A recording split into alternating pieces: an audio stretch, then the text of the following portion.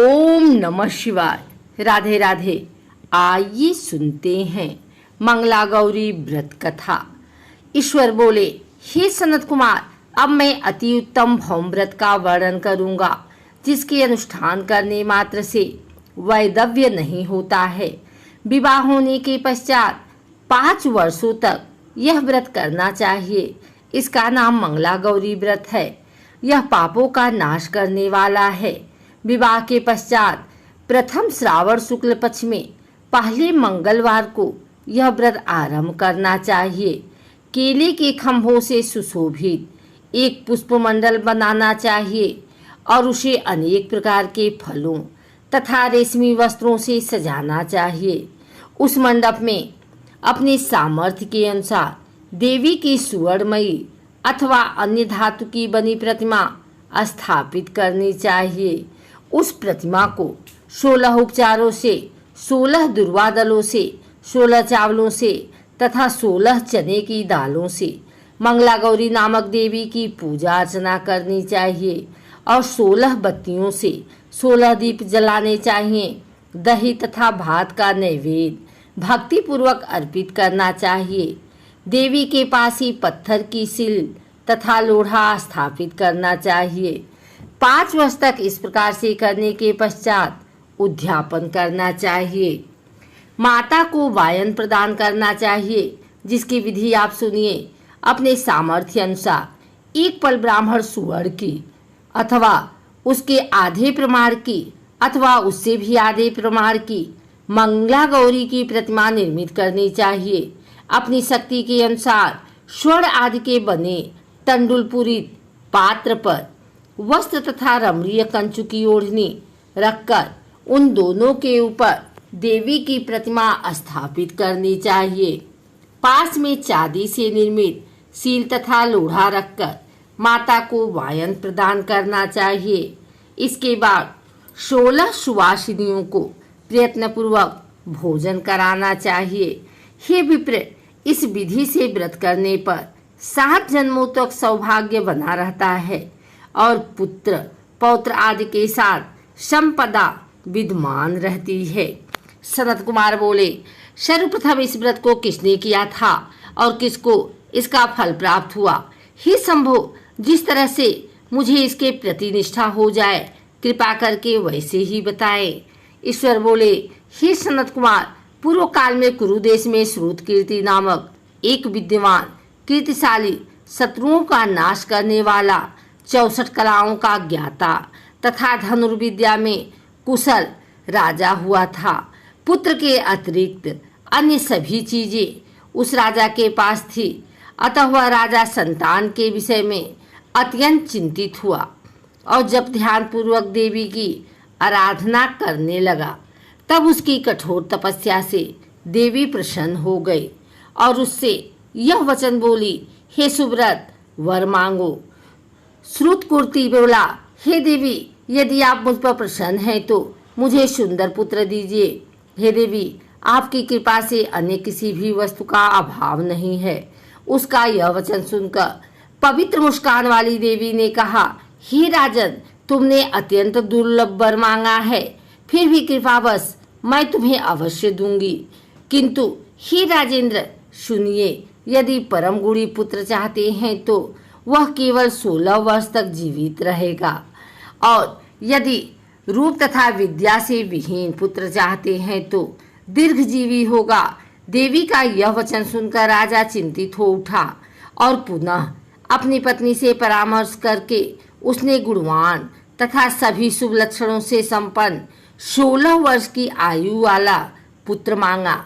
तब देवी ने भक्ति संपन्न राजा से कहा, हे नृपनंदन, मेरे मंदिर के द्वार पर आम का वृक्ष है, उसका एक फल लाकर मेरी आज्ञा से अपनी भार्या को उसे भक्षण करने हेतु प्रदान करो, जिससे वह शीघ्र ही गर्भ धारण करेगी।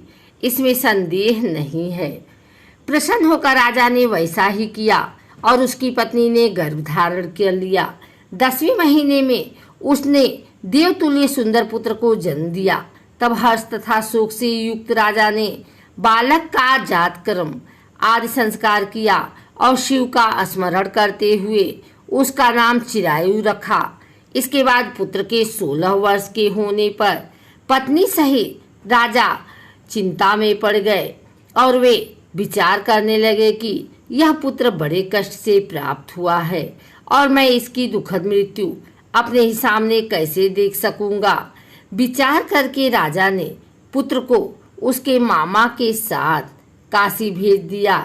प्रस्थान के समय राजा की पत्नी ने अपने भाई से कहा कि कार्पटिक का वेश धारण करके आप मेरे पुत्र को काशी ले जाइए।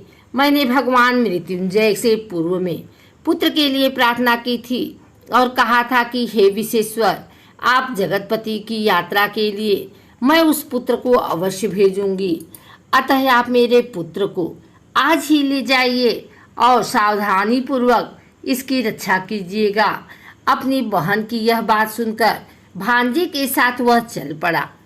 कई दिनों तक चलते चलते वह आनंद नगर में पहुंचा। वहां सभी प्रकार के समृद्धियों से संपन्न वीरसेन नामक राजा रहता था।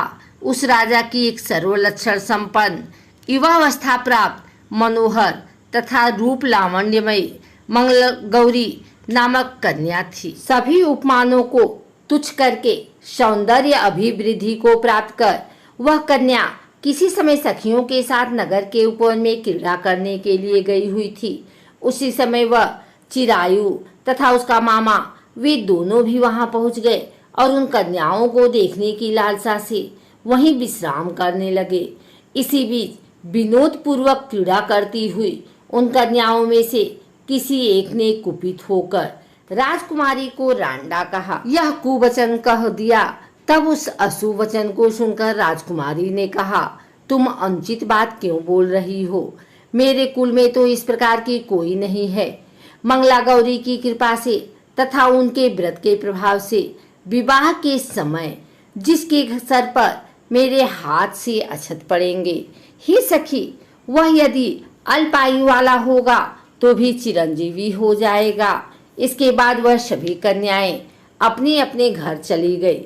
उसी दिन राजकुमारी का विवाह था।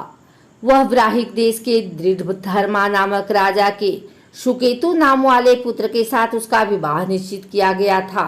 वह सुकेतु विद्याहीन, कुरूप तथा बहरा था।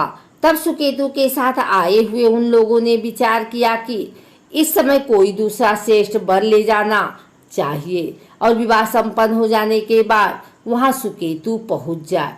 उन लोगों ने चिरायु के मामा के पास जाकर याचना की कि आप इस बालक को हमें दे दीजिए जिससे हमारा कार्य सिद्ध हो जाए। इस पृथ्वी पर परोपकार के समान दूसरा कोई धर्म नहीं है। उनकी बात सुनकर चिरायु का नाम मन ही मन बहुत प्रसन्न हुए, क्योंकि उसने उपवन में पहले ही कन्या मंगला गौरी की बात सुन ली थी। फिर भी उसने एक बार कहा कि आप लोग इसे किस लिए मांग रहे हैं? कार्य की सिद्धि हेतु वस्त्र, अलंकार आदि मांगे जाते हैं, वर तो कहीं भी नहीं मांगा जाता। तथापि आप लोगों का सम्मान रखने के लिए मैं इसे दे रहा हूँ। इसके बाद चिरायु को वहां ले जाकर उन लोगों ने विवाह संपन्न कराया। सप्तपदी आदि के हो जाने पर रात्रि में शिव पार्वती की प्रतिमा के समक्ष उस चिरायु ने हर्ष युक्त होकर मंगला गौरी के साथ शयन किया।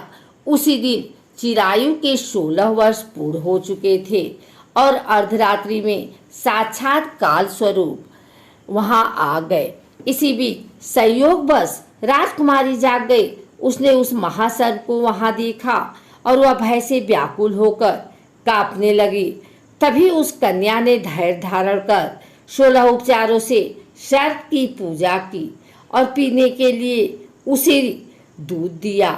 उसने दीनता भरी वाणी में उसे सर्प की प्रार्थना तथा स्तुति की। मंगला गौरी प्रार्थना करने लगी कि मैं उत्तम व्रत को करूंगी जिससे मेरे पति जीवित रहें। ये जिस तरह से चिरकाल तक जीवित रहें, आप वैसा ही कीजिए। इतने में सर्प वहां स्थित एक कमंडलू में प्रवेश कर गया और उस मंगला गौरी ने अपनी कंचुकी से उस कमंडलू का मुंह बांध दिया। इसी बीच उसका पति अंगड़ाई लेकर जाग गया और अपनी पत्नी से बोला, हे प्रिय, मुझे भूख लगी है। तब वह अपनी माता के पास जाकर खीर, लड्डू आदि ले आई। उसके द्वारा दिए भोज्य पदार्थ को उसने प्रसन्न मन होकर खाया। भोजन के पश्चात हाथ धोते समय उसके हाथ से अंगूठी गिर पड़ी। तांबुल खाकर वह पुनः सो गया। इसके बाद मंगला गौरी कमंडलू को फेंकने के लिए जाने लगी। विधि की कैसी गति है कि उस कमंडलू से बाहर की ओर जगमग करती हुई हार कांति को देखकर वहां आश्चर्यचकित हो गए। घट में स्थित उस हार को उसने अपने कंठ में धारण कर लिया। इसके बाद कुछ रात शेष रहते चिरायु का मामा आकर उसे ले गया। इसके बाद बरपच के लोग सुकेतु को वहां ले आए। उसे देख मंगला गौरी ने कहा कि यह मेरा पति नहीं है। तब उन सभी ने उससे कहा, हे शुभे, तुम यह क्या बोल रही हो? यहाँ तुम्हारा कोई परिचायक हो तो उसे हम लोगों को बताओ। मंगला गौरी बोली, जिसने रात्रि में 9 रत्नों में बानी अंगूठी दी है, उसकी अंगुली में इसे डालकर परिचायक निशानी देख लें। मेरे पति ने रात्रि में मुझे जो उपहार दिया था उसके रत्नों का समुदाय कैसा है, इस बात को यह बताएं। यह तो कोई अन्य ही हैं। इसके अतिरिक्त रात्रि में सीते समय उनके पैर कुमकुम से लिप्त हो गए थे। वह मेरी जांच पर अब भी विद्यमान है।